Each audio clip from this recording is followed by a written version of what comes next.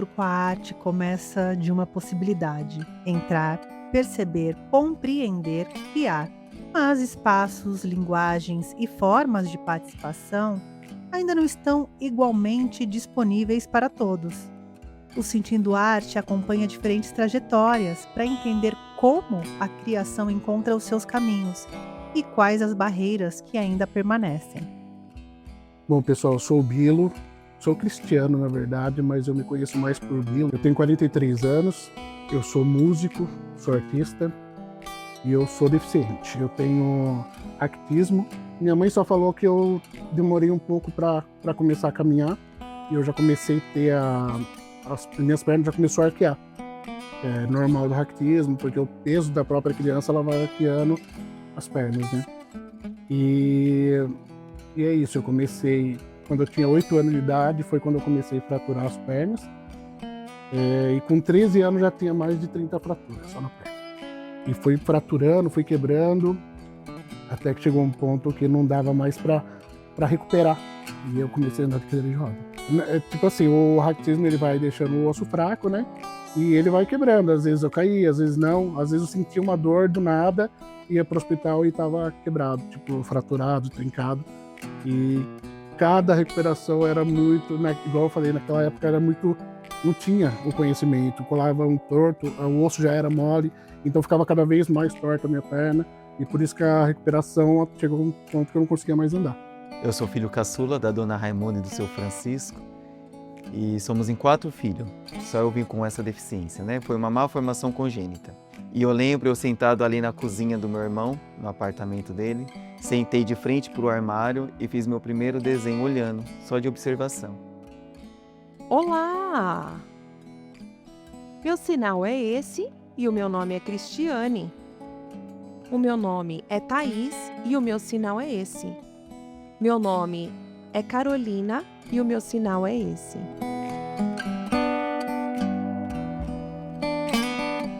Vanessa, né? Quem é Vanessa? Vanessa foi uma criança que foi criada por uma mãe solo, né? Apesar de ter pai, mas meu pai é ausente. Minha mãe criou 2 meninas dentro de uma comunidade. Minha mãe, mulher fenomenal, que batalhou muito para criar eu e minha irmã. Não conseguia, nunca tinha trabalhado, aí encontra meu pai, vivia numa situação confortável, né? Tinha lá seu terreninho, uma mãe que bancava, casou com um cara pobre, mulherengo, que vendeu a casa dela e aí comprou esse apartamento dentro da Cidade de Deus, uma comunidade no Rio de Janeiro, uma grande comunidade no Rio de Janeiro. Começa a trabalhar fazendo faxina, fazendo isso e aquilo, e aí ela vê que a única coisa que ela sabia fazer era dirigir. E aí ela vai pedir vaga numa empresa de ônibus e consegue ser uma das primeiras motoristas no Rio de Janeiro, mulher. Meu nome é Tata Mendonça, eu sou a Thalita Mendonça, na verdade. Eu sou a empresária, dona da marca Cega na Comédia, que fez aí um sucesso no Brasil inteiro, graças a Deus. Quem é a Thalita, né? Eu sou uma mulher que tô acostumada a todos os dias vencer vários obstáculos. Na verdade, estou querendo que não tenha mais obstáculo. Por favor. Eu perdi a visão com câncer, retinoblastoma, é a mesma que a filha do Thiago Leifert teve nos olhos. Eu perdi uma visão com 4 meses, a outra com 4 anos. E desde então foi um desafio. Minha família é uma família toda periférica e tudo, né? De uma família de pessoas pretas, assim. E aí, nosso desafio foi sempre esse, né? Existir, ainda mais com uma filha cega. Minha mãe, ela teve esse desafio aí desde muito cedo de tentar me inserir nas escolas, nos ambientes. E a gente era sempre muito recusada, tanto que eu só consegui ter acesso, de fato, na escola. Com 14 anos foi quando eu consegui ir fazer as provas, né, de reclassificação para conseguir avançar as séries e não ficar tão atrasada. Por conta de uma síndrome chamada Marfan, já tinha perdido a visão do olho direito quando pequena. Não entendia que eu tinha perdido a visão, achei que todo mundo enxergava de um olho só, a gente tinha 2 só para balancear o rosto.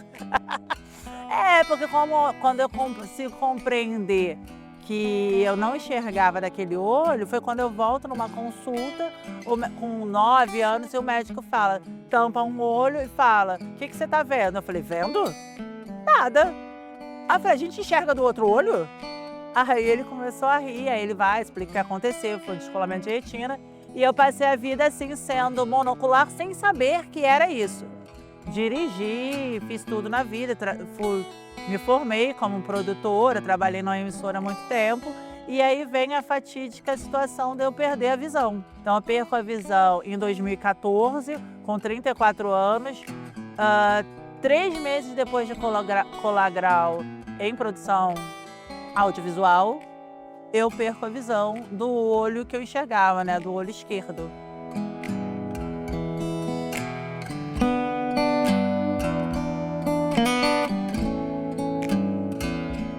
Antes dos palcos, da exposição ou da publicação, existe uma trajetória de formação. O acesso à linguagem, aos materiais, aos professores e aos espaços de aprendizagem podem abrir caminhos ou interrompê-los antes mesmo que uma vocação seja descoberta.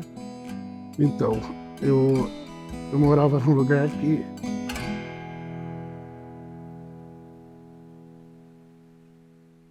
tinha o apelido de Barroca, sabe? Tipo, não era fácil.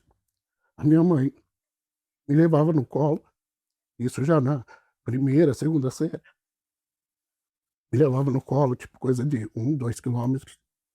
E eu tentava, de tudo quanto é jeito, estudar, fazer a coisa toda. Difícil, mas eu tentava ainda. Aí depois, quando foi para a 5ª série, não tinha mais lá. Sabe, essas escolas de interior, de sítio. Aí não tinha mais a 5ª série. Eu vim fazer a 5ª série para o centro de Várzea. Meu, era muito louco. A gente estudava de manhã. Meu irmão me acompanhava, né? E eu mesmo sono, porque tipo, é muito louco tudo isso. É muito louco. E sabe que eu tô aqui hoje? Sabe, tipo, guerreiro de verdade, bem modesto. E a gente saía do... Meu pai e minha mãe não podiam trazer a gente para a escola, porque eles trabalhavam. E o carro da prefeitura pegava a gente. Ele deixava a gente 7 horas da manhã, ia buscar a gente 5 horas da tarde. A gente ficava na frente da escola, da meio-dia até as 5 horas da tarde, esperando, sem comer, sem nada. Desculpa. É que é um mundo que eu já tentei esquecer, mas ele ainda tá dentro de mim, entendeu? E na 5ª série foi onde eu quebrava bastante as pernas. E eu estudava aqui numa escola que chama Tanaka. E sem brincadeira, era uma escadaria pra subir o escadão. E aí tinha 3 moleques, que eram os maiores da minha classe, e eles me carregavam de lá de baixo até em cima. E eu fiquei 3 anos, 4 anos, tentando concluir a 5ª série. E eu não consegui, eu parei. Porque não dava mais, eu não tinha mais força para aquilo. Naquela época, não. Eu vou aproveitar esse momento para falar um pouquinho de como eu ingressei na escola. Eu tenho um irmão surdo e a nossa primeira língua é a Libras. Mas quando eu entrei na escola, a escola era de ouvintes e nós não tínhamos intérpretes e nem acessibilidade. Então eu tive muita dificuldade e barreiras, porque a minha língua materna é a Libras. As pessoas falavam com a boca e não tinha intérprete. Então foi muito difícil. A lei da Libras surgiu em 2002 e eu comecei a estudar em 1996. E assim a gente foi se desenvolvendo. E aí eu percebi que eu comecei a aprender, comecei a ter contato com literatura, comecei a entender algumas palavras. Isso foi tardiamente, mais ou menos em 2021, porque eu fiz um curso de português onde tinha intérpretes e lá eu aprendi, comecei a entender com clareza o português. Mas a Libras eu já tinha porque eu tenho um irmão surdo. Em 1880, aconteceu na Itália, tá? No mundo geral, né? Mas foi lá na Itália um congresso chamado Congresso de Milão. O que foi esse congresso? Esse congresso foi para ser decidido qual seria a metodologia usada em sala de aula de escolas de surdo. se a metodologia seria a língua de sinais ou seria pela leitura labial, né? Pela oralidade. E as pessoas que votaram para escolher essa metodologia, eu sempre digo que são as pessoas que não tinham nenhum conhecimento na área da surdez, na área da língua de sinais, porque eles achavam que a pessoa surda não ia conseguir se desenvolver, que a pessoa surda teria que ser igual ao ouvinte, igual à grande maioria da sociedade. Então, a partir daquele momento, a língua de sinais ela foi proibida no mundo, que os surdos que usavam a língua de sinais ficavam com as mãos amarradas, apanhavam, né, com réguas, com tapas, porque não podia usar a língua de sinais, só que era a sua língua de conforto, né? Mas ali estava proibido. É importante lembrar que houve uma busca, uma luta por direitos, né? Antes dessa perspectiva, havíamos a perspectiva de segregação, onde os estudantes eram levados em instituições separadas, à parte. Depois houve a integração, no qual os alunos eram, de fato, trazidos à escola comum. Por outro lado, não havia uma preocupação, de fato, em garantir a acessibilidade, o ensino.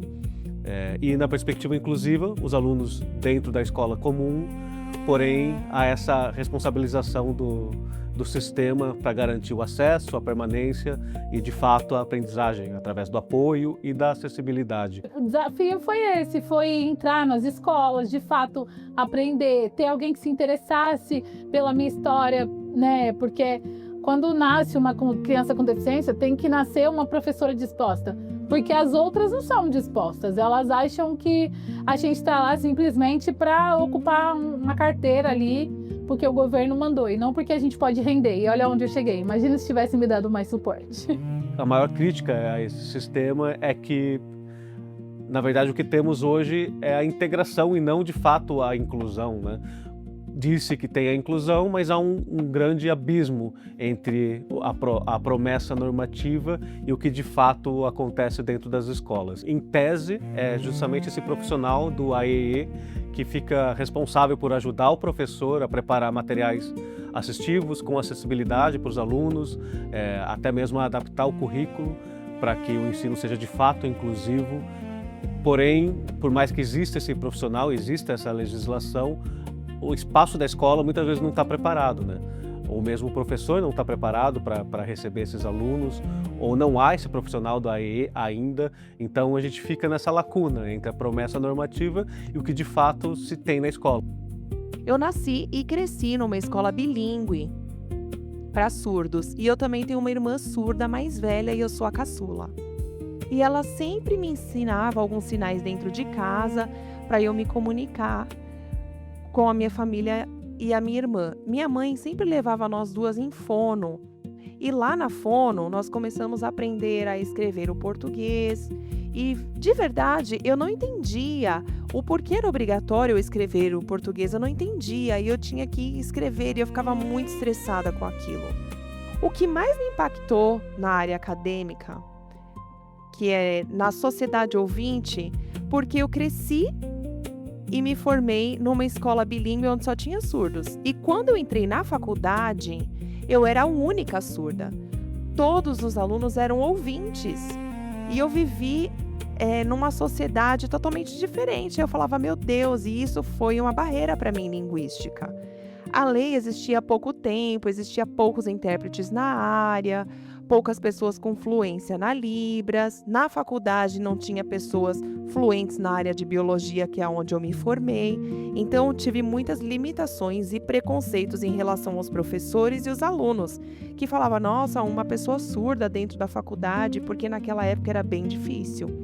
E aí eu fui buscando e me especializar, fiz pós, fiz mestrado e agora eu trabalho na área da educação há 10 anos.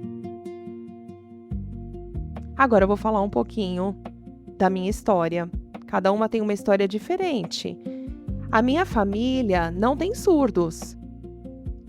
Eu nasci e minha mãe teve uma doença catapora e eu fiquei surda. E aí me levaram numa escola onde tinha só surdos e aí eu me formei no 8º ano e depois o ensino médio para mim foi mais difícil e também na faculdade eu fui impactada porque eu tive muita dificuldade. Eu fui obrigada a fazer um curso de português para aprender a escrita, para me comunicar com os ouvintes, porque a nossa primeira língua é a Libras. E aí eu fiz o curso de português e me desenvolvi. Até hoje eu estudo. Um exemplo significativo dessas barreiras, por exemplo, um estudante surdo, no qual o português, na verdade, é a segunda língua do surdo, né? A primeira língua é a língua de sinais. Então, muitas vezes é insuficiente que o professor esteja preparado para falar em Libras ou que haja um intérprete de Libras se o material pedagógico, se a forma de ensinar não leva em consideração as particularidades da própria cultura surda, né? Da própria forma como o surdo percebe o mundo. Então, muitas vezes não adianta ter esse intérprete se o material em si, né, se a forma de ensinar não leva em conta os aspectos cognitivos do estudante surdo. A arte pode chegar por uma música, um desenho, uma história ou uma brincadeira. Às vezes, esse encontro acontece por acaso. Para que ele se transforme em trajetória, são necessários incentivos, referências e oportunidade para continuar criando. Eu começando na cadeira de roda e começou a bater aquelas neuroses, sabe? O que eu vou fazer da vida? Tipo, adolescente, quem vai querer namorar comigo de cadeira de roda? O que eu vou fazer? Eu não consegui terminar meus estudos, não consegui fazer nada. E aí eu escutei a música chamada Via Láctea, que fala: quando tudo tá perdido, sempre existe um caminho, sempre... Meu, aquilo entrou no meu coração com uma força, mas tão grande, que eu falei assim, é isso que eu vou fazer da minha vida. Eu vou fazer o que o Renato Russo fez, eu vou fazer música, eu vou tocar, eu quero conhecer as pessoas, eu quero mostrar a minha arte. E já começou a surgir ali as ideias, eu já comecei a compor ali mesmo, não sabia tocar nada, mas comecei a compor, já comecei a ter as minhas músicas. Aí depois de um bom tempo, Renato Russo de novo, eu não tinha interesse por aprender um instrumento. Eu fazia as músicas do nada, sabe, tipo, sem muita noção da coisa.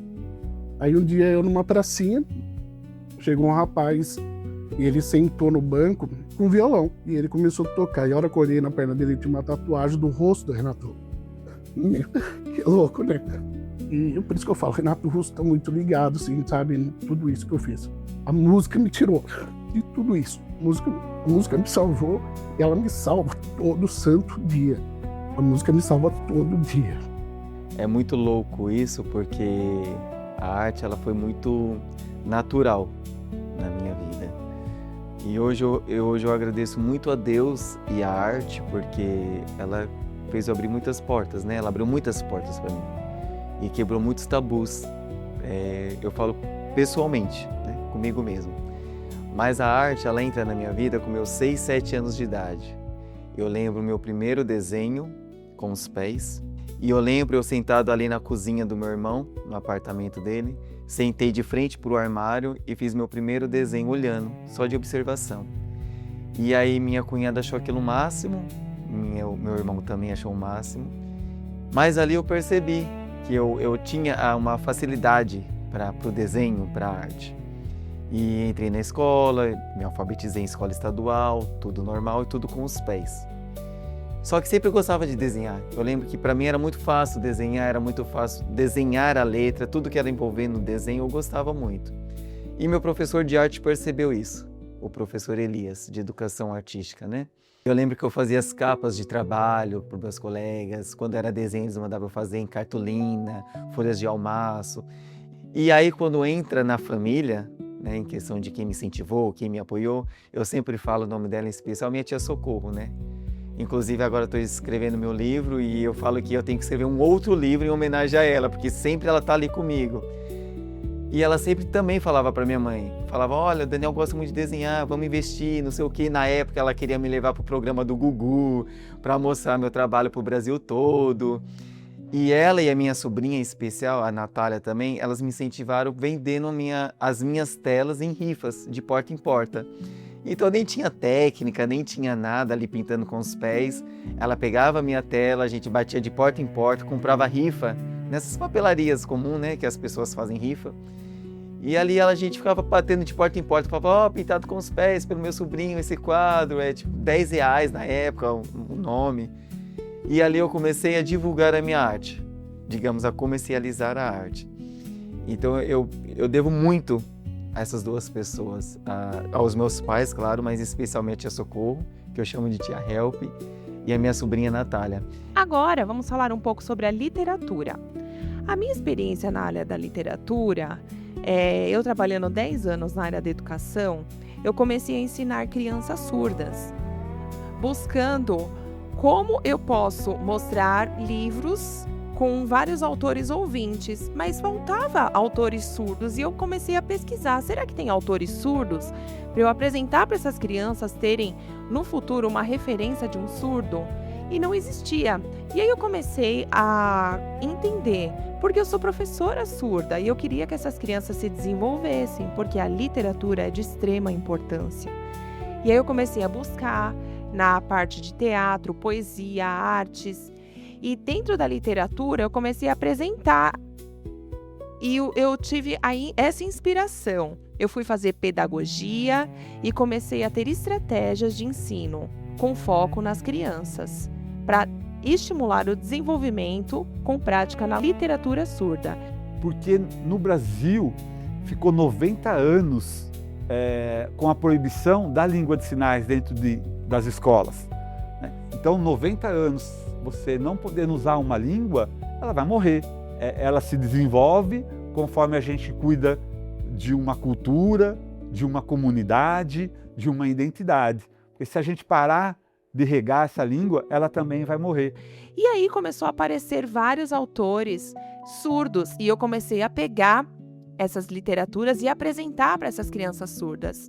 E isso foi muito importante, porque a literatura ajuda demais o desenvolvimento cognitivo, visual e a vida da criança, o melhor desenvolvimento. A contação de história traz um impacto para entender a metáfora, pensando nessa superação de querer fazer a mesma coisa. E isso foi uma inspiração para o meu trabalho e o meu profissional na literatura. Ver as crianças se desenvolvendo para uma vida melhor. O nosso grupo trabalha com isso, com técnicas para auxiliar as crianças e também adultos e fazer essa interação para o desenvolvimento. Na minha infância, eu também tinha contato com a literatura na fono, mas eu nem imaginava o quão a literatura ia fazer parte da minha vida. Eu não percebi isso. A literatura é uma oportunidade para todos nós. Então, por isso que criamos o Luderia Literária. Como eu disse anteriormente, falta referências surdas na literatura e através do Luderia Literária, nós tivemos essa ideia, a Thaís teve essa ideia de criarmos para o desenvolvimento da criança surda e qualquer modalidade ela pode participar. Brincadeira, mediação, literatura, a Luderia Literária, nós estamos com o foco de representantes surdos, apenas representantes surdos. Nossa equipe é totalmente surda. Óbvio que nós temos intérpretes para fazer acessibilidade para todos. A Luderia Literária é focada no sujeito surdo. Todos nós fizemos cursos de português para entender melhor. Todos os surdos precisam aprender o português. E vocês fazerem curso de Libras, viu? A gente se esforça por vocês e vocês por nós. Cuidar de pessoas a gente sabe que já não é tão simples, né? Mas cuidar de uma língua que você precisa cuidar de uma comunidade, de uma cultura. Porque se você não tem o conhecimento da cultura, não há tradução, é complexo. E meu pai tinha um violão, eu liguei pro meu pai e falei, pai, traz o violão que eu quero aprender. E na praça, a gente aprendeu a tocar violão. Eu, meu irmão, e ali que a gente começou a ver que tinha condições de fazer alguma coisa relacionada à música de verdade, sabe? Na primeira letra escrita eu já imaginava, tipo, alguém vai ouvir isso daqui, tipo, eu já me imaginei grande, eu falei assim, não, eu não quero, eu quero ser conhecido, eu quero tocar, eu quero conquistar, eu quero mostrar, e isso tá em mim desde o começo, sabe? Desde o começo eu falei assim, é isso que eu vou fazer. E um dia tocando, passou um menino do nada, simples do nada, né? Tipo, ele parou, posso tocar com vocês? Pode. E ele sabia tocar também as mesmas músicas, E ele falou, vamos montar uma banda. E, tipo, no começo ela era princípio ativo, porque a gente foi pensando, mas daí a gente viu que projeto ativo soava melhor e a gente decidiu chamar de projeto ativo o nosso projeto musical ali. Eu fiquei arrepiado ainda hoje. Nesse revisitar memórias, eu descobri que eu sou produtora desde a minha infância. Quando eu descobri que no Ferro Velho você podia vender coisas e ganhava dinheiro para isso, eu roubei todas as garrafas de cerveja, algumas panelas, botei tudo no carrinho de mão, andei uns 30 minutos até um outro bairro e vendi tudo para comprar papel machê, cola e alguns baldes, porque a gente já tinha roubado outros, para a gente fazer um bloco de carnaval. E aí meu bloco saiu na sexta-feira de carnaval, lá na Cidade de Deus, com os meus amigos, com balde, colher de pau. Eu tomei uma surra, mas estava felizaça. O processo de sair ali desse mundo ali da escola, onde era tudo tão limitante, quando tinha que ser um mundo de oportunidades, foi um dos maiores desafios, porque eu tinha que sair da escola e mostrar para o mundo de novo, né? Que é o que acontece todo mês. Todos os espaços que eu ocupo, eu tenho que mostrar ali, de fato, a minha competência e senão eu não ganho espaço. Eu costumo falar que eu não posso ser na média, eu tenho que ser acima, senão não tem espaço. Em 2002, foi quando eu comecei na comédia, foi dia 19 de julho de 2022. E quando eu subi naquele palco ali, eu pensava, eu vou fazer uma coisa que eu sei fazer tranquilamente, que é as pessoas irem, né? Eu já tinha essa questão de positividade, sempre tive essa energia de mudar os ambientes, não de ser, né? Claro que eu tenho diversos problemas, mas eu acho que é isso que eu tô aqui para mostrar. Eu tenho diversos problemas e se eu tivesse desistido, a gente não estaria aqui. Então, é muito importante que eu não tenha, que pessoas com deficiência não tenham mais tantos problemas e que eles consigam, sim, rir com as pessoas, ocupar os espaços. Então, quando eu entrei na comédia, eu não sabia onde eu ia chegar, mas eu sabia que eu podia transformar as pessoas com o meu jeito de levar a vida mais tranquila, assim, apesar de tanta dificuldade. Tem algum cego no show hoje? Algum? Gente, vocês veem um cego na rua, traz. Não precisa perguntar, traz. Fala, chega lá, você vê. Ser cego não é a pior coisa do mundo. Eu também não sei o que é a pior coisa do mundo. O mais difícil para mim foi do lado profissional. Que quando eu conto essa pessoa que eu era, né? Se a gente dividir entre antes de perder a visão e depois de perder a visão, eu sempre fui muito ativa. Então eu perco a visão em 14, aí em 2014 ainda estou entendendo o processo, fazendo muitas cirurgias. 2015 continuo nessa, aí me reabilitando no Benjamin Constant, aprendendo a andar de bengala, entendendo o sistema assistivo, né, talkback, computador e tudo mais. Quando eu consigo entender tudo isso, usar um computador, andar sozinha, eu falei, agora eu tenho um próximo passo. Porque em casa eu nunca tive nenhuma dificuldade. Eu aprendi a andar de bengala com outro amigo meu cego, que me levou para andar no Rio de Janeiro. Depois a gente parou num bar, tomou uma cerveja e falou, pronto, tá batizada, pode ir, a vida é sua. Eu cheguei em casa, porque eu paguei a conta e vim sozinha do centro de ônibus para casa. E eu cheguei em casa, eu chorava, eu lembro desse dia perfeitamente. Porque minha irmã, você tá bêbada? Eu falei, não, eu tô feliz, porque eu descobri que minha vida é minha. Aí criei um canal no YouTube, que é o Cego em Ação. Eu não tinha contato com pessoas com deficiência. Minha família não tinha, meus amigos não tinham. Ali era um lugar que eu brincava, que eu acidamente ironizava as coisas, né? Num tomzinho ácido, mas rindo, né? Falando das coisas que eu passava, das situações que eu passava, porque a sociedade não está pronta. Vi uma vaga para produção de base. E como eu já usava o computador, como eu já andava sozinha, e produção de base é o quê? Todo um sistema ali. E aí uma das coisas era ter experiência em pedido de alvará. Uma das minhas especialidades nessa produtora, nessa emissora que eu trabalhava, eu falei, tô apta, mandei meu currículo, um bom currículo por sinal. Deve ter sido por isso que me chamaram para entrevista, cheguei na entrevista. Ninguém perguntou se eu era pessoa com deficiência. Eu também não falei, porque se não perguntaram, ali não tinha essa questão. Eu, Vanessa, entendendo o mundo no meu olhar. Hoje eu entendo o mundo de uma outra forma. E aí chego lá, eu, né, bem arrumada, a Preta chegou lá toda engomada, bengala na mão. Aí o motorista me deixou bem na porta lá, entrou no condomínio e me deixou bem na porta dessa produtora. Aí eu falei, moço, como é que é? Porque eu não podia bater em nada, eu tinha que chegar ali com a autoridade. Aí ele, você quer que eu te leve? Eu falei, não, eu tenho que ir sozinha. Aí ele foi e posicionou o carro, gente, um queridaço. Parou o carro assim e falou, ó, tem uma escada, você vai subir, aí ele contou 1, 2, 3, você vai subir 3 vezes. Um pouquinho pra direita e a porta de vidro, eu acho que abre pra fora. Mas você bota a mão, empurra bem de leve, se não for, você puxa. E aí, toda cronometrada, sabe? Com escala, assim, a noroeste vira e a direita, aí fui eu, posição, ombro pra trás, bengala na mão, entrei. Aí, boa tarde. Ah, eu sou Vanessa Bruna, vim pra entrevista. Aí a menina, eu falei, ela, mas pra que vaga? Eu falei, de produtora executiva. Aí ela falou, não, mas essa vaga não é PCD. Eu falei assim, não, mas realmente não é. É de produtora executiva. Aí ela falou assim, não, mas, não, Aí eu falei, tá, tudo bem, você pode chamar quem vai fazer a entrevista? Ela, não, sabe o que é? Eu não sei se dá pra você, porque aqui tem escada. Eu falei, menina, você acredita que eu faço rapel? Faço rapel, faço raft, escada, não é um problema pra mim. Não tem problema nenhum com escada. E aí eu percebi que ela não ia deixar eu fazer a entrevista. Então não me deram o direito de fazer o processo seletivo, entendeu? Eu não fui nem ouvida, entendeu? Eu não fui aceita porque eu não fui avaliada, exatamente. A relação de um preconceito, no sentido literal da palavra, né, do conceito anterior ao conhecimento da capacidade de uma pessoa com deficiência. Criar também é trabalhar.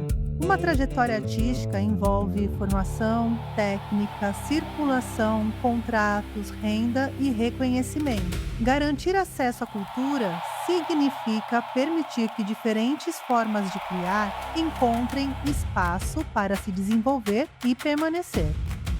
E a gente estava com a banda formada naquela época, então a gente tocou em tudo que tinha. Tudo que tinha na região a gente era chamado, sabe? E foi muito legal, porque a gente conseguiu conquistar um público ali. E o pessoal sabia cantar nossas músicas e tal. Daí vem a 89 com uma promoção, tipo, manda sua música pra cá.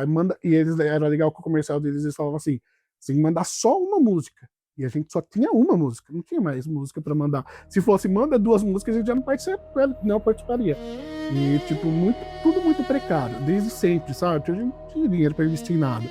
A gente conseguiu gravar um CD, porque juntamos um dinheirinho, cada um juntou uma parte, e a gente conseguiu gravar num estúdio bem simples, tanto que na hora que foi gravar a voz, me cercaram de colchão, sabe? Tinha uma escadaria gigante, me carregaram nessa escadaria, e a gente foi lá, gravou e saiu o comercial, manda sua música. Eu mandei, ainda eu enrolei, a gente não tinha nem capa o CD, eu enrolei num papel e escrevi à mão o nome dos integrantes da banda. E aquela coisa, tipo, que muitas pessoas contam, né? A gente foi em casa um certo dia, me ligam da 89. Vocês queriam falar com o Bilo. Daí meu irmão falou assim, tá falando que é da 89? Daí eu falei, mentira, alguém zoando. Daí peguei o telefone, sem brincadeira, eu desliguei o telefone, porque eu achei que era algum amigo meu mesmo zoando. Eu tinha até esquecido, sabe, desse lance. E daí ligou de novo e falou assim, antes de você desligar, liga o rádio. A hora que eu liguei o rádio, tava tocando nossa música, eu fui muito louco. E tipo, aquilo foi uma virada de chave, sabe? Apesar de não considerar aquele nosso melhor show. Porque, tipo, a gente fez um show com o NX0, que foi aqui no Ipiranga. Aquele show, a galera cantou nossas músicas, o lugar tremia, sabe? As pessoas caíam no palco, sabe? Tipo, no meu pé ali, eu cantando, e a galera caindo no meu pé, cantando, e tendo aquela atenção pra mim mesmo. Foi muito louco o show da 89. Uma semana de loucura, tipo, a gente foi participar do coletivo de imprensa, a gente conheceu a galera, e que show foi aquele, sabe? E foi na época onde o Bad Religion, tipo, tava muito forte aqui no Brasil. Era gigante o show, era gigante. Tinha a imprensa que tava falando que ia dar 35 mil pessoas. E a gente foi a primeira banda a tocar na Arena Indie. Primeira. Tipo, onde já tocou, olha a galera que já tocou lá, Slipknot, Judas Priest. Então a gente foi, ainda o cara falou, daí falou assim, você tem ideia? Vocês vão tocar num lugar onde qualquer pessoa que passar depois, vocês vão falar, foi vocês que inauguraram. Vai ser vocês, Dead Fish, Pennywise, Dead Religion. 5 minutos antes da gente subir no palco, a Luca me chamou no canto. Ela falou, Bilo, eu tenho que te contar uma coisa. um dos primeiros shows do Detonautas Grande foi quando eles abriram o show do Red Hot Chili Peppers. E eu falei assim, é mesmo, que legal. Ele falou assim, então, mas eles foram vaiados. Eles foram vaiados, jogaram as coisas neles. Eu falei, meu, mas você vai me falar isso 5 minutos antes de eu entrar aqui? Eu falei, outra, o Bad Religion é muito mais punk do que o Red Hot. Daí ela falou assim, não, mas eu tô te falando porque eu tenho que te dar um toque. Você é um artista da vez. Eles estão aqui para ver o seu show. Eu falei, meu, é isso. Só que, como sempre, eu não tiro o mérito do nosso talento musical nunca. Mas a cadeira de roda, ela impacta as pessoas. Entendeu? Então, tipo assim, talvez tivesse sido diferente, mas a hora que eu entro na cadeira de roda, eu chamo atenção muito pra mim. Como todo show que a gente fez.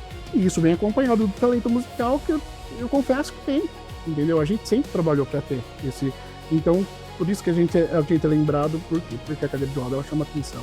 Então, lá, a hora que a gente subiu no palco, a hora que apresentaram, que aparece a minha pessoa lá de cadeira de roda, primeiro gerou uma estranheza na galera. Era só punk que tinha lá. Punk, o pessoal do hardcore. E eles ficaram naquela, tipo, do mesmo jeito que eu fiquei a hora que eu vi eles. Meu, é inacreditável você ver aquela galera lá embaixo. E eles ficaram também. E eu lembro que a hora que a gente começou a nossa música, que chama Não Era Verdade, foi a que ganhou a promoção, e ela fica lá, e eu senti a galera entrando. Aí eu falei assim, é isso, tipo, vamos embora que ganhamos. Eu comecei a conhecer cursos através de um amigo de papai, o Olair. Ele era professor de arte, ele é professor de arte, e ele pintava em uma das lojas na República, que hoje eu sou cliente dessa loja. E ele pintava ali todos os domingos. E papai trabalhava ali na República, e papai sempre passava ali. E uma vez papai comentou com ele, olha, eu tenho um filho que não tem os braços, desenha com os pés, gosta de desenhar muito, mas não tem material, não tem nada. E aí o Olair ficou muito curioso em me conhecer. Em uma das feiras de arte que teve em São Paulo, o Olair passou e viu o stand da Associação dos Pintores com Poucos Pés e lembrou de papai, que comentou que tinha um filho que não tinha os braços e desenhava com os pés. E ele esperando o papai passar ali na loja para conversar com ele, quando o papai passa, ele comentou da associação. E aí foi tudo se encaixando, tudo muito natural. E aí papai comentou com mamãe foi, entrou na internet, naquela época tinha que entrar na internet, pesquisar tudo. E nesse período, né, nesse caminho, eu vi uma matéria do Gonçalo Borges, que hoje também é meu amigo da associação.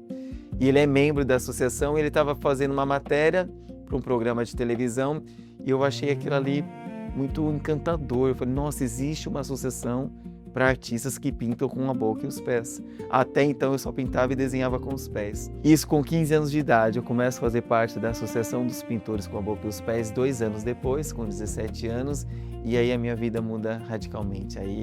Aí aquele Daniel que só pintava para a família, que divulgava os trabalhos através de rifa, de porta em porta, oferecendo, começa a ter o seu valor como artista mesmo. Então hoje, agora, eu sou realmente profissional, artista Daniel Ferreira, artista da Associação dos Pintores com a Boca e os Pés. Eu trabalho já na Associação dos Pintores com a Boca e os Pés há 24 anos. Né? É um trabalho bem, vamos dizer assim, recompensador, né? É um aprendizado a cada dia. Trabalhava em agência de marketing, eventos, essa é a minha área. Consegui trabalho nessa agência de promoções, né? E coincidentemente, o dono dessa agência era o responsável pela Associação dos Pintores com a Boca e os Pés no Brasil. Acabei me desligando da agência para me dedicar a tempo integral para o trabalho na associação, exclusivamente. Então, o nome associação, na verdade, ele veio porque é um conjunto de artistas que se associaram para formar essa cooperativa, essa empresa única, né, com um único objetivo. Então, a associação não vem com esse sentido de entidade filantrópica, ONG, instituição de caridade, não. O nome associação é porque realmente foi um grupo grande de artistas que se associou para fundar essa empresa que é única, né, no mundo todo. Então, ela foi fundada, ano que vem a gente vai fazer 70 anos de existência, né, em 1956. Um alemão, o Erich Stigmann, ele teve poliomielite, então ele perdeu o uso das mãos e ele tinha esse dom pela arte, né? Então ele começou a desenvolver a pintura usando o pincel na boca e ele fazia escultura também, né? Então ele punha a espátula na boca e fazia esculturas. E ele, um visionário, ele imaginou, né, como eu, deve ter outros artistas aí no mundo que têm essa deficiência, né, e não tem um lugar na sociedade, vamos dizer assim, porque o deficiente lá atrás dependia de uma outra pessoa, né, não tinha um lugar no mercado de trabalho, não tinha seu sustento próprio, sempre dependendo de uma pessoa para estar ajudando. Fundaram a associação em 1956, onde o objetivo era que eles pudessem ter seu próprio sustento através da arte, porque não é fácil você vender uma obra de arte, né?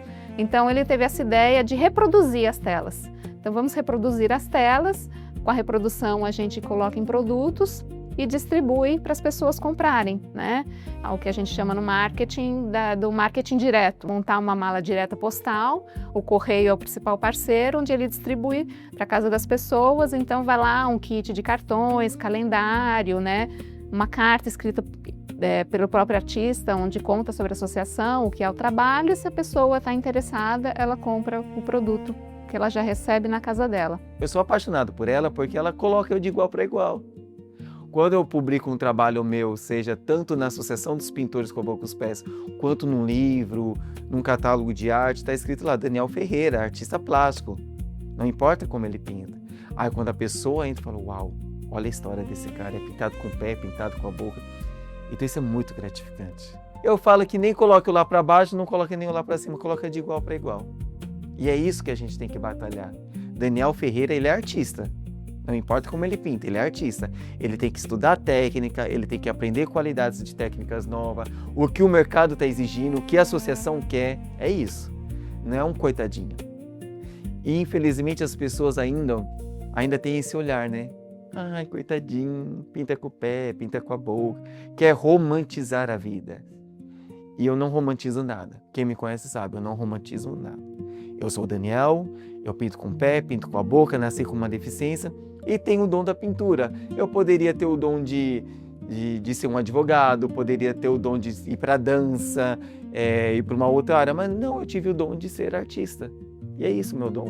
E é isso que eu quero deixar para as pessoas. Eu não sou um coitadinho, eu sou um artista que pinta com o pé e com a boca. Esse é o diferencial da gente. Eu costumo sempre falar, o preconceito também das pessoas em cima de mim, de eu falar palavrão nos textos, é isso, de ver uma pessoa com deficiência falando palavrão, sendo que ele tinha um lugar de coitado, um lugar de vulnerável. Então, como assim que esse deficiente está de igual para igual comigo e ainda está falando palavrão, né? Essa pessoa, ela é intocável, e outra, ela não pode falar isso, porque senão ela não consegue ter acesso nos lugares. Quando não, né? Até costumo falar, eu falo, desenterrem, por favor, todas as comediantes brancas e vão falar para ela que elas não podem falar palavrão, pra vocês verem se ela não cospe em vocês. A comédia, ela vai do exagero. Na verdade, eu acho muito curioso quando as pessoas, né, falam das piadas como se fosse, meu Deus, você cuspiu no pastor, meu Deus, eu fico tipo, não vou contar se é ou se não é, o importante é que vocês riram. Todo mundo fala, quando as pessoas quando não têm contato comigo ou têm a primeira vez, é um impacto, né? Como? Lembra isso tanto para natação quanto para exercício físico que eu faço também. Mas eu lembro muito bem entrando num ateliê de arte, todos aqueles professores, fui com mamãe foi conhecer tudo. E eu via aquelas mesas altas, tudo. Eu falei, como eu vou lidar com tudo isso, né? Adaptação, não sabia de nada ainda. E eu conversei com o professor falou assim, como eu vou te ensinar? Então é um aprendizado, é uma troca de aprendizado. Eu falei para ele, eu lembro até hoje, falei para ele assim, só me ensina a técnica, o jeito de fazer deixa que eu faço. E ele falou assim, mas eu quero ver seu traço, para ver se você tem firmeza no traço, tudo. Falei, coloca tudo no chão que eu me viro. E aí depois que a gente vai pegando intimidade, ele falou, Dani, eu lembro as primeiras aulas, eu ficava assim, uau, olha o traço desse menino, olha a destreza que ele tem com os pés, parece que é com a mão. Então foi realmente um choque, igual você falou, é um choque ocupar esses espaços e chegar nesses espaços, porque infelizmente o Brasil não está preparado, né? Eu falo Brasil porque eu sou brasileiro, eu vivo aqui, então eu tenho que falar do meu país. O Brasil ele não está preparado não só para o artista, porque igual você falou, antes de eu ser o artista, eu sou um ser humano. Começou a rolar uma situação meio estranha na questão de ser deficiente. Porque parece que a galera começou a ficar com mais medo de me contratar, de me chamar para tocar. Entendeu? Então o que eu achei que seria a virada de chave pro bem, acabou se porque foi na época que começou a se falar um pouco disso, sabe? Tanto que a gente foi tocar numa casa de show em Jundiaí, a gente subia 3 lances de escada. E a gente foi tocar a primeira vez lá, e a gente estava lá esperando o nosso momento de tocar, E eu vi que tinha um cara que ele ficava me olhando toda hora. Ele ficava me olhando e com uma cara fechada, sabe? E a gente tocou, beleza. A hora que a gente terminou de tocar, o segurança chegou em mim e falou assim: Bill, o dono da casa quer falar com você. Eu falei: tá bom. Daí fomos lá. Aí o rapaz tava quase chorando. Tava quase chorando. E era esse rapaz que tava me encarando. Ele falou: cara, eu tenho que pedir desculpa pra você. Daí eu falei: por quê? Daí ele falou assim: a hora que eu vi você na minha casa de show, eu chamei o segurança e falei assim: o que esse moleque tá fazendo aqui? Vocês não estão vendo a escada? É perigoso, não é pra deixar entrar. Como que vocês me permitem um cara desse entrar aqui? Eu não sabia que você ia fazer o show. Daí ele falou assim: aí você vai e faz esse show e me contagiou com a sua música e eu tenho que te pedir desculpa. E se você não se importar, eu quero que vocês toquem aqui toda semana. Eu falei assim: não, a escada não vai ser um obstáculo, a gente vai vir. E a gente tocou lá, tipo, em vários meses, toda semana a gente tava lá. E é esse mesmo abismo, essa mesma lacuna, a gente pode encontrar em todos os aspectos da vida social das pessoas com deficiência, inclusive nos espaços de arte, de cultura, né? Há a promessa normativa de garantia de acesso, de igualdade de acessos à cultura, porém os espaços de cultura também não estão preparados para receber essas pessoas, não só como público, mas principalmente como produtores, né? Como artistas de fato. A arte, ela acontece no sentido de assistência. Você está olhando para mim como espectador. Porque é isso que falta no entendimento da pessoa com deficiência, é me ver como pessoa. E por isso que a LBI trouxe esse conceito de pessoa com deficiência. Quem tem deficiência é o espaço que não me atende. Então, quando eu chego no lugar e ele não tem um piso tátil que me leve no lugar, ou que não tem um material em braille, ou que as pessoas não saibam Libras, ou que não tem uma forma que minha cadeira entre ali, não sou eu que sou pessoa com deficiência, não. Deficiente é esse espaço que não está pronto, porque a lei está ali, ó. A lei está lá, aqui, para me garantir. Então, antes do show da 89, era precário.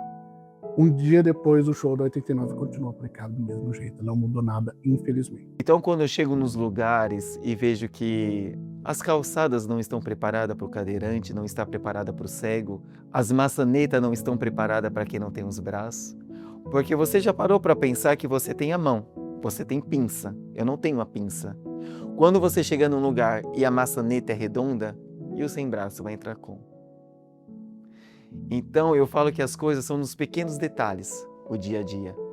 Então uma maçaneta para mim muda muito a minha vida. Para vocês pode ser uma coisa muito boba, mas para mim muda muito a minha vida. O direito de ir e vir nos lugares. Quando eu chego num lugar e uma maçaneta é redonda, para mim aquilo ali é complicado. Então são coisas pequenas que mudam a nossa vida, mudam a minha vida. Então quando eu chego num ateliê que eu falo: isso aqui não está nada preparado para mim. Eu chego numa galeria de arte, eu chego numa escola de arte e falo: uau, como que eu vou fazer? Então são pequenas adaptações que fazem a diferença para a gente. E eu falo que a deficiência ela é muito específica, ela é muito particular. Porque o que serve para mim com os pés não serve para um outro colega meu da associação com os pés também. Quando eu recebo artistas da associação na minha casa e entram no meu ateliê, eu falo: serve isso daqui para você? Não, não serve. Aí jogam a minha mesa para o lado e vão pintar direto no chão. Então são coisas que a gente tem que pensar no dia a dia. Tem que ser uma coisa rotineira. Né? Não é uma coisa assim, um senhor inventar: eu vou receber o Daniel, então não. O Daniel tem que estar aqui tranquilo no dia a dia. Então são esses pequenos detalhes que fazem a diferença para a gente. Então, assim, pensar nessa inclusão, nesse lugar da inclusão, que aí fica sempre no favorecimento, no assistencialismo, no olha como ele é bacana, esse lugar é inclusivo. Se eu estou precisando ser colocada dentro, quem me colocou fora? E não tem nada de bacana, não tem nada de legal. Hoje é direito, hoje é sua obrigação. Não existe o Bilo do Projetativo sem a cadeira de roda, né? E só um show eu tive que cancelar na vida. Mas foi um show que, tipo assim, era sabe esses caminhão de carroceria de madeira? Tinha aquelas escadinhas de pau. Eu falei: não, aí não tem como. Não tem como eu subir aqui. E foi o único show que eu cancelei por conta de ser deficiente. Porque o resto eu encarava. Mas ali eu vi que não ia ter como mesmo. Eu, hoje, sou especialista em gestão de recursos e acessibilidade. É complexo. Eu viajei o Brasil todo com a turnê do Nando Reis. E a gente chegava em lugares que o Nando recebia todo mundo, num camarim, né? Esse grupo. Porque assim, foi todo um processo essa turnê. quando o Nando me procura, ele queria que um dos pilares da turnê dele fosse a acessibilidade. O Nando tem 2 irmãos, que são pessoas com deficiência. O mais novo, o mais velho, que é surdo, e a mais nova, que tem uma deficiência intelectual motora. Então ele já vivia isso, ele queria entender, e ele queria que a arte dele chegasse para todos. E aí, aquele momento, né, da vida, que a gente fala, agora eu vou pegar isso para assumir como meu. E aí a gente se fala, e ele muito ali nervoso, porque ele não se achava no direito de levantar a bandeira, de ter essa fala, de não ter esse direito de fala. E aí a gente foi conversando, e o primeiro show foi em Macapá. Marco Zero, um dia lindo, dia 20 de setembro. Aí a proposta era eu chegar, conversar com a produção do espaço, entender como é que seria o lugar que a gente receberia. E lá já estava sendo movimentado, tinha um espaço PCD em frente ao palco, bem organizado. Não vou dizer que foi eu que cheguei ali para organizar, não. Estava bem organizado.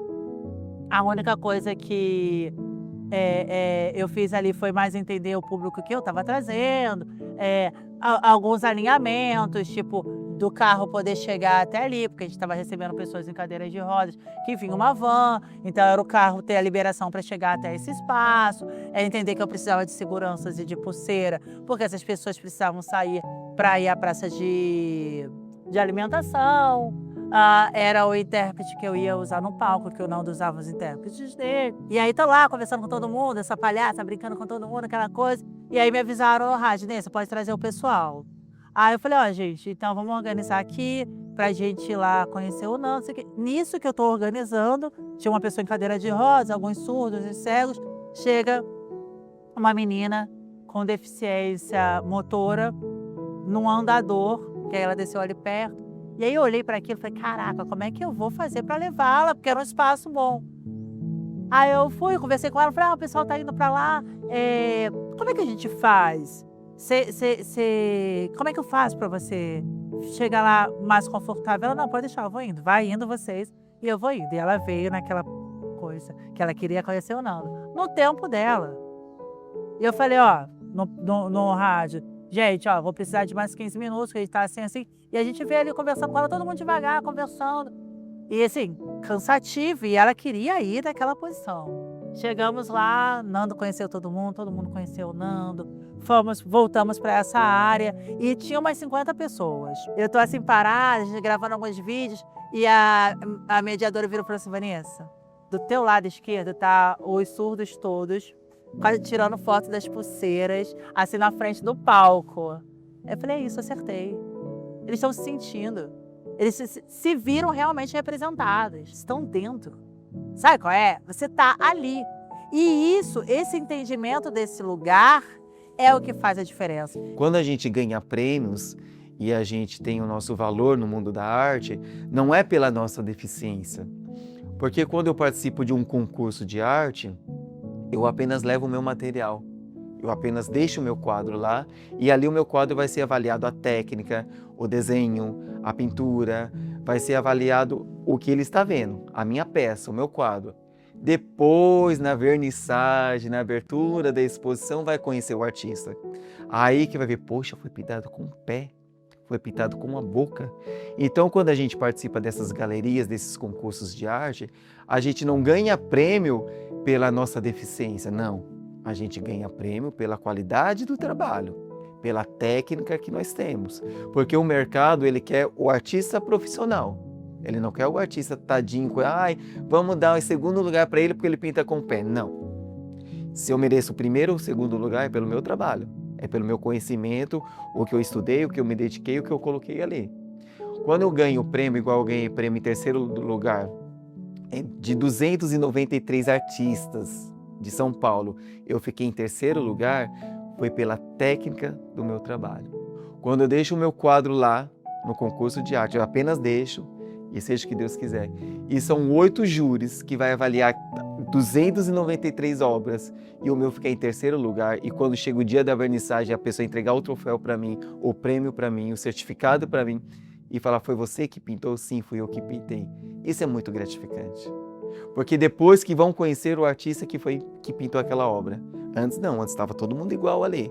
Porque quando a gente participa dessas galerias, desses concursos, a gente não coloca diferente. Ah, é pintado com o pé, pintado com a boca. Não, artista é artista. Não importa como ele pinta. Eu quero que as pessoas sintam quem eu sou, no sentido de que eu posso transformar as pessoas com riso. Eu acho que eu tô fazendo o máximo que eu posso. Mas não necessariamente tudo é sobre mim. Eu acho que eu tô carregando, por isso que estamos aqui, né? Eu tô falando por muitas pessoas cegas que nunca foram um símbolo, por exemplo, de desejo, né, das pessoas, nunca foram um símbolo de, eu quero essa pessoa no meu aniversário porque eu quero essa pessoa para ser minha amiga. Não existia isso de forma né, voluntária da parte das pessoas que não tinham deficiência. E hoje eu vejo que as pessoas falam, nossa, eu quero ser amiga dela, eu quero ser uma amiga cega. Eu fico, tipo, muito feliz, porque isso não é sobre mim, né? Só é sobre história de pessoas que podem sim ocupar os mesmos espaços que pessoas que enxergam e serem úteis e, acima de tudo, bem-vindas e legais. Olha, eu acho que os palcos, eu colocaria um piso tátil ali para eu saber a hora que eu tô de frente, tudo. É uma coisa que me deixava desde o começo muito envergonhada de será que eu tô torta? Porque o que tanto tem o dilema de rir comigo, rir de mim, rir, não sei o quê, é porque eu quero estar no palco da maneira mais apresentável possível para entregar minha arte. Não, eu tô torta, ninguém tá me olhando, eu tô falando para as paredes. Não, eu sou uma comunicadora, então eu quero ser ouvida e estar posicionada da melhor forma e também ter a minha própria locomoção dentro do palco, né? Então, um piso tátil, um ar-condicionado ali que ficasse de fato, a luz não ocupasse tanto esse lugar de esquentar a gente e tudo, porque eu costumo falar que eu não gosto de luz. E eu acho que isso, assim, esse pertencimento, assim, que a gente não se sente, né? A gente chega nos espaços e tem que ocupar o que tem. Eu falo assim que eu falo como artista, tá? É muito triste porque a arte não é acessível para todos, né? A arte, infelizmente, no Brasil, ela é elitizada. Infelizmente, um colega meu da Associação dos Pintores com a Boca e os Pés não pode pintar em todos os lugares, porque não tem acessibilidade. Eu tenho um material de acessibilidade, né, que é onde eu dou a minha capacitação, e aí eu divido a acessibilidade, ela é um guarda-chuva e tem 7 gomos. Eu falo, cara, esquece isso tudo. A gente só precisa da acessibilidade atitudinal. Esquece todo o restante. Porque quando você me quer naquele espaço, entende que aquele espaço também é meu por direito, eu não tenho como não. E às vezes me indigna pessoas que conseguem chegar num lugar de visibilidade, são pessoas com deficiência, e deixam de lutar.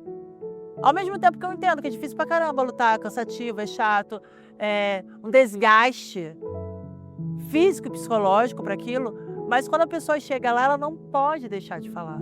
Ela não pode deixar de lembrar da onde ela veio, dessa luta. Quando eu falo dessas pessoas que brigaram. Porque tudo foi uma briga. Para a gente estar dentro da escola e para a gente ter uma educação inclusiva, brigaram. Para eu estar no mercado de trabalho, tem lei.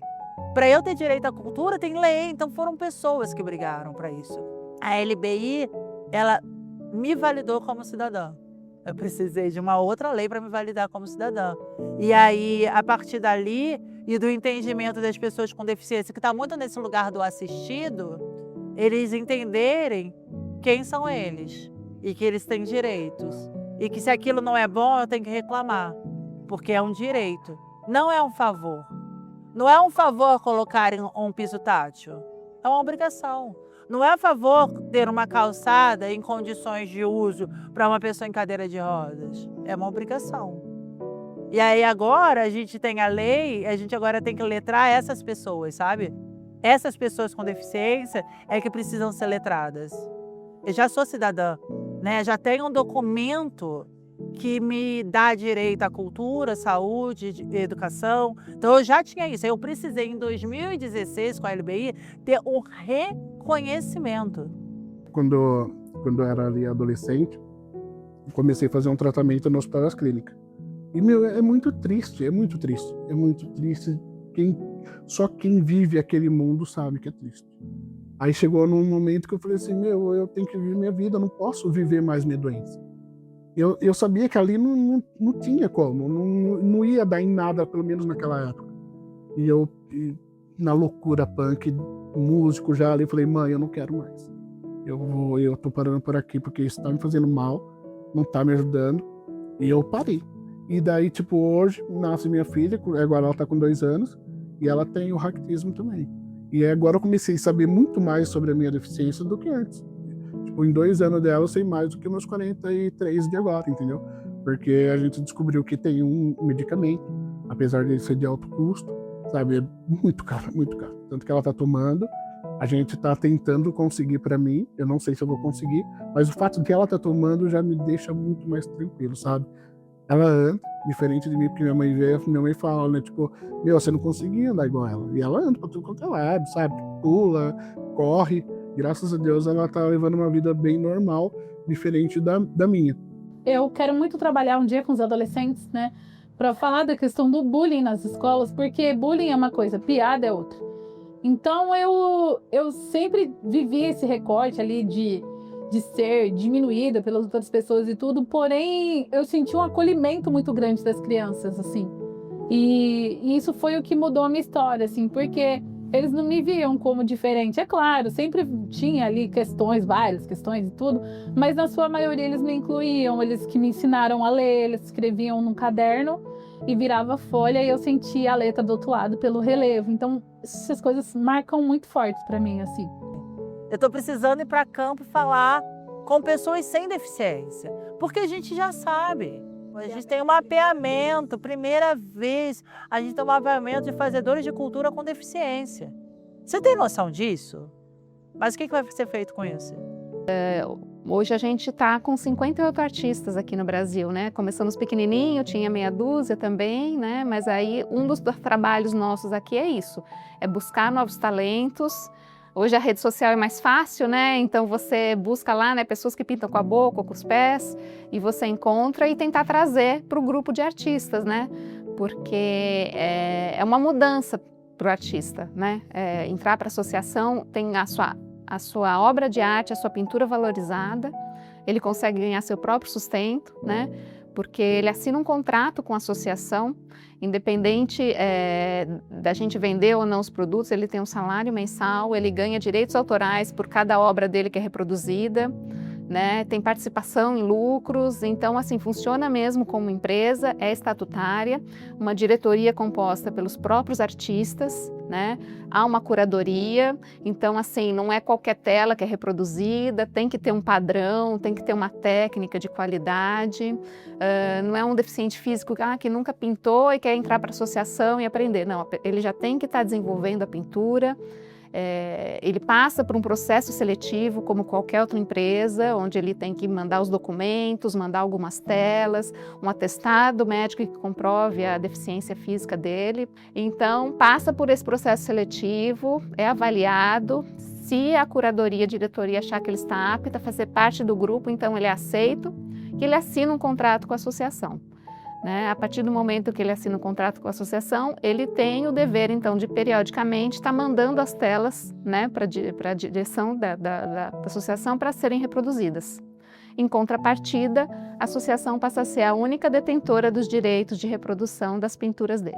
O artista, se ele quiser, ele pode vender as telas dele também, né? Mas aí a pessoa que compra, ela tem que assinar um termo de responsabilidade que ela não vai estar reproduzindo aquela tela em hipótese nenhuma, porque pode acontecer isso que você falou, a pessoa compra a tela, imprime em camiseta, caneca, sai vendendo e pega o ganho para ele. Não, né? Sendo que o trabalho foi todo do artista, de criar, de produzir. Eu tenho meu valor. Não é à toa que eu estou fazendo esse documentário, porque eu tenho meu valor. Então o Daniel deixa de ser aquele Daniel que vende de porta em porta, de rifa em rifa, para ser o Daniel artista profissional. Daniel, eu quero uma obra sua, é valor X, pronto, acabou. Nossa, mas é isso? É isso. As pessoas falam, Dani, o que te inspira? Os boletos. Os boletos me inspiram, porque hoje eu moro sozinho, graças à associação eu estou conquistando a minha casa. Esse sou eu, né? Uma pessoa alegre, uma pessoa para frente. Eu tenho meus momentos tristes? Tenho. Eu sou ser humano, né? Só que não reclama perto de mim, não. Vai adiantar eu ficar reclamando? Vai nascer braço? Se nascer, eu mando cortar. Porque já são 35 anos sem. Nem sei como lidar com a situação. Então a gente vê, tem aquela diferença e que já nasceu com a deficiência. Então, para esses a gente pode dizer é mais fácil. Para eles é mais fácil essa troca de usar o pé, de usar a boca, uma coisa mais natural, né? Agora, quando você pega uma pessoa que teve um problema de saúde, uma doença complicada, ou um acidente, onde a vida da pessoa muda numa fração de segundos, e a pessoa tem que se adaptar à nova vida, é mais complicado. É mais complicado. A gente vê ali, às vezes, uma pessoa que nunca teve contato com a arte, né? Não nasceu com dom. Mas aí se vê tetraplégico. Vou fazer o que da vida? Não dá mais para eu trabalhar, não dá mais para eu ir para os lugares, o que eu vou fazer, né? Muitas vezes a arte entra como uma terapia ocupacional, né? A gente vê muito isso. Ele está lá num hospital de reabilitação, está fazendo uma fisioterapia, e aí há um incentivo, vamos tentar pintar com a boca? Não, mas eu nunca pintei, como é que eu vou fazer isso? E do nada vê brotar e surgir esse dom do nada, né? Que acaba surpreendendo a própria pessoa e os que estão à volta deles, né? Então são histórias que quando você ouve, nossa, né? De cortar o coração. Mas todas elas com uma história de superação absurda, porque daí a pessoa se reinventa, aprende a pintar, a associação acha, traz, acolhe, e hoje são pessoas que têm independência financeira, que saem, participam de eventos, pintam, vendem obra de arte, são reconhecidas no Brasil e internacionalmente. O artista ele tem que mostrar isso, dar esperança para as pessoas, não só no mundo das artes plásticas, mas na dança, né? Na música. Você ouviu uma música e fala, uau, pera lá. Eu falo que a arte, ela salva vidas. Eu continuo sonhando do mesmo jeito, da mesma forma, sabe? Tipo, com banda ou sem banda, eu continuo compondo e querendo levar às pessoas o que eu tô fazendo aqui, entendeu? Porque a minha intenção é fazer o que o Renato fez comigo, tocar o coração das pessoas. E eu já consegui isso, já senti, e, é gratificante demais. Teve vários, mas tem um em particular que eu lembro bem. A gente acabou de tocar, e a hora que a gente desceu, tinha uma moça e um rapaz esperando a gente descer no palco. E essa moça chorava. E ela falou assim, você não tem ideia. Você fez comigo hoje. Tava destruída.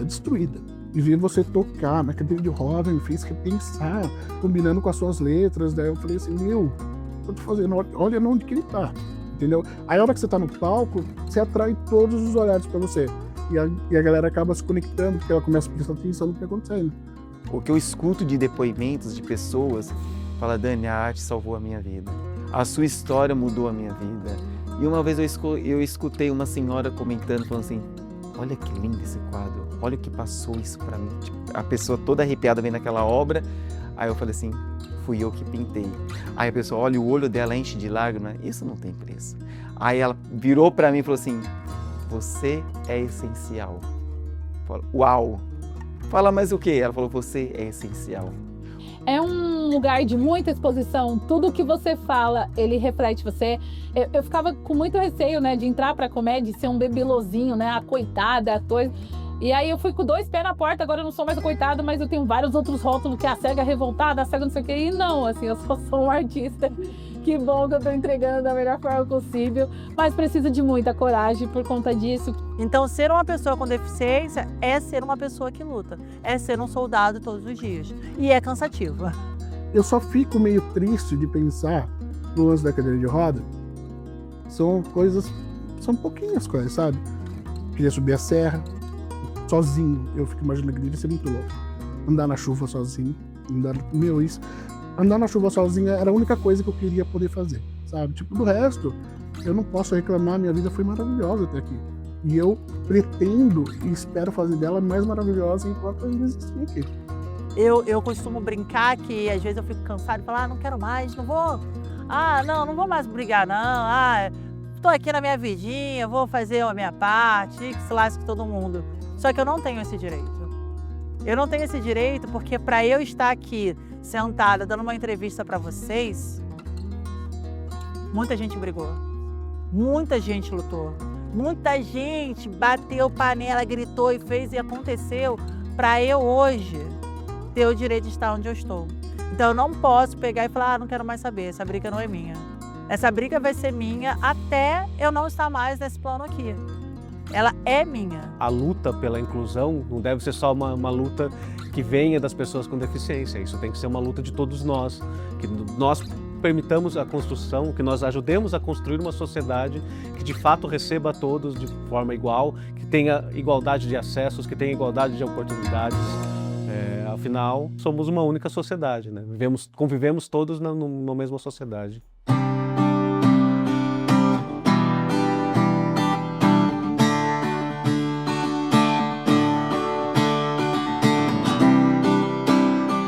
Eu, graças a Deus, eu consegui fazer tudo que eu quis fazer. A cadeira de roda, ela não conseguiu me parar. Ela não me parou em nenhum momento. Um segredo, escondidos debaixo do meu coração. Mas te peço, em silêncio, te olhando nos olhos, sentindo a respiração. E agora o que vamos fazer com meu coração? E agora o que vamos fazer nos teus braços? É aonde eu quero estar.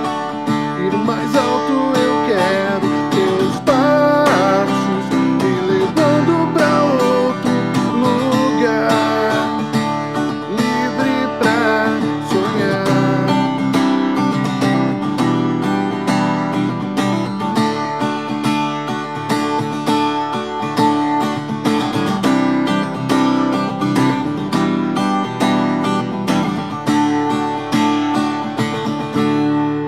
Tenho medo e um segredo escondidos debaixo do meu coração.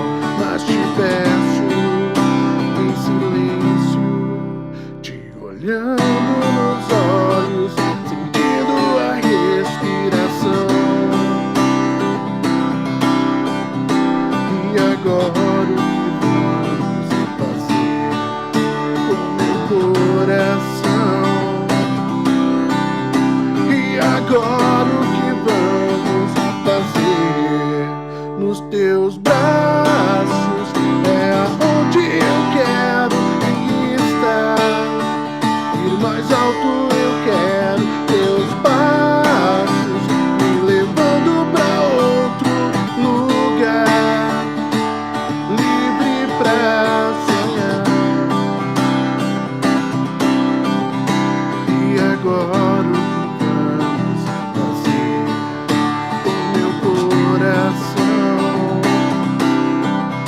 E agora o que vamos fazer nos teus braços?